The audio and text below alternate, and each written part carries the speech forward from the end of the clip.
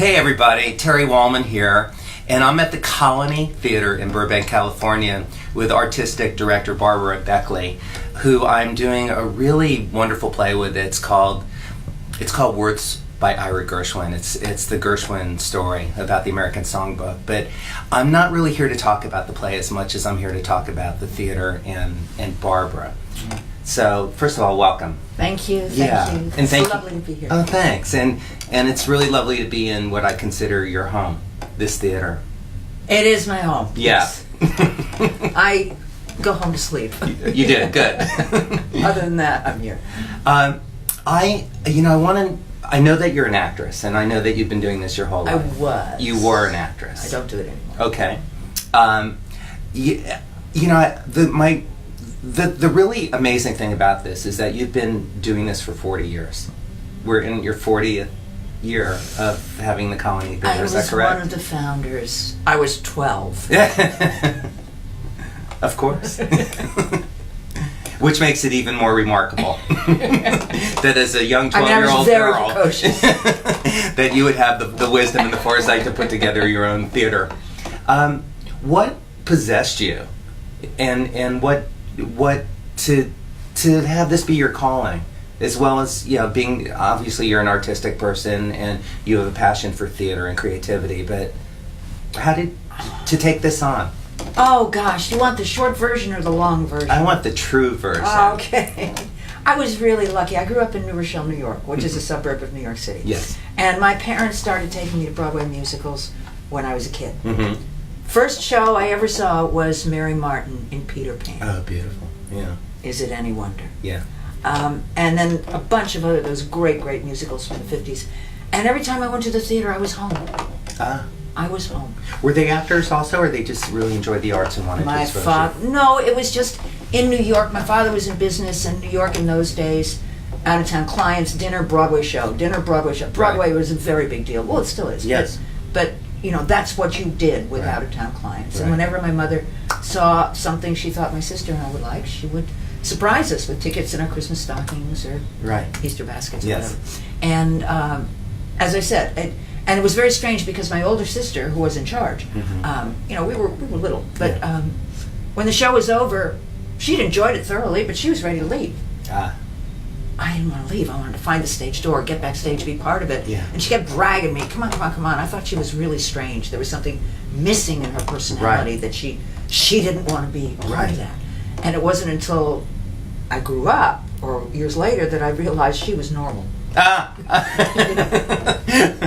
I was the one who was a little odd. Right. But I never wanted to do anything other than be in the theater. And in those days, for a girl, it was acting. Right.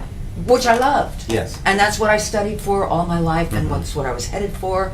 And then when I came out here, and there was a situation in Los Angeles where if your theater had fewer than 100 seats, you could just be Mickey and Judy, and even if you had a union card, you could get together and say, let's put on a show. With an equity waiver, 99 seater. The 99 seat. Right, yes. And so we started just thinking it would be fun to do for a while. For a while. Nice. As John Lennon said, life is what happens when you're busy making other plans. Yeah, yes. Because we just kept going. Yes. And we had an artistic director who was with us for the first 9 years, and I was kind of his second. I sort of did everything he wasn't interested in, which was the business, which my 3 semesters of college and 2 years at the neighborhood playhouse had prepared me for. Right. Yeah. Thoroughly. Absolutely. Of course.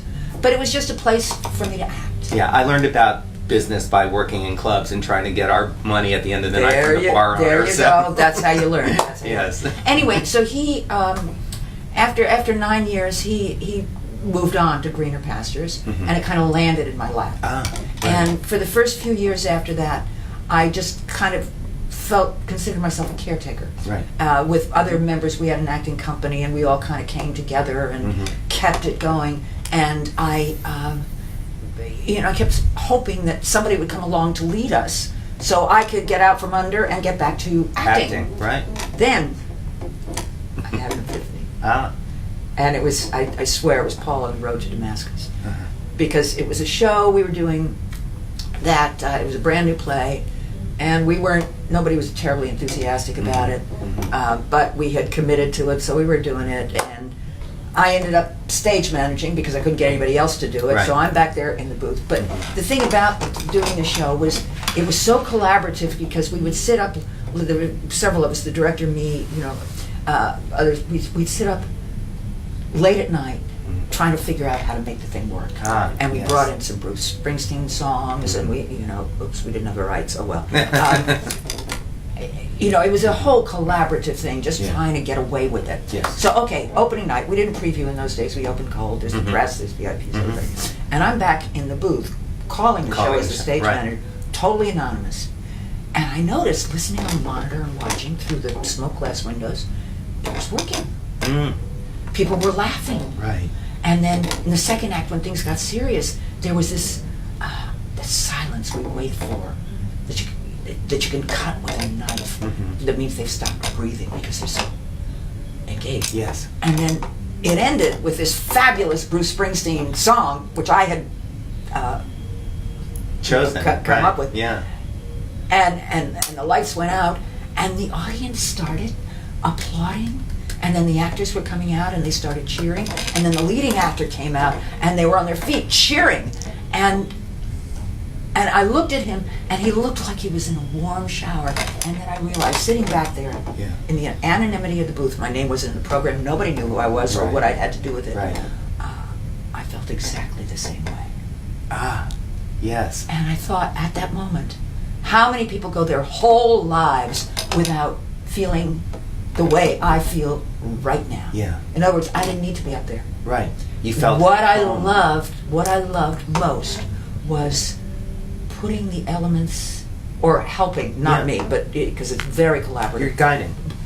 Being part of putting all the elements together and then watching it meet the audience. Right. And it's so funny because now, to this day, I stand in the back of the theater, up there in the standing room, and it's like watching my kid at a recital, because if it's not working, it's like my kids hitting clunkers, and people are saying, "Oh, get this kid off the stage," and I want to kill myself. And Barbara's at every show. Yeah. I don't watch every show. I listen on. Right, but you were hands-on. You're involved from conception. But then when it's working, it's like, oh, my kid is up there shining, and people are saying, "Oh, who is this kid? Isn't he good?" Right. That's exactly. See, I forgot to have children. I did too. Yeah, I understand that. So they're my kids. Yes. The shows are my kids. Yes. And I have to say, I love all my children. Yeah. Some more than others. I was actually I considered putting you on the spot and asking if you have favorite productions through all the years, or always. Yeah. Oh, of course I do. I know that there are moments that are just so magical. But there are so many. Some huge hits. Years and years ago, we did a production of the musical Sideshow, which was a huge hit, and to this day, one of my favorites. And then a few years back, we did a play by Michael Galamko called Year Zero, set in the Cambodian community in LA. Oh. We didn't know this. It's a beautiful, beautiful play about the American immigrant experience, which we're all familiar with. We're a nation of immigrants, and it was a beautiful play. It didn't get a whole lot of attention, but oh my goodness, the acting, the direction, the writing, and it really illuminated a part of our community that people don't know anything about. Right. Because there's a huge Cambodian community in Long Beach, and everybody there is either a survivor or related to a survivor of the genocide. Right. So that was a very big deal for me, and but it varies. I have a lot of favorites.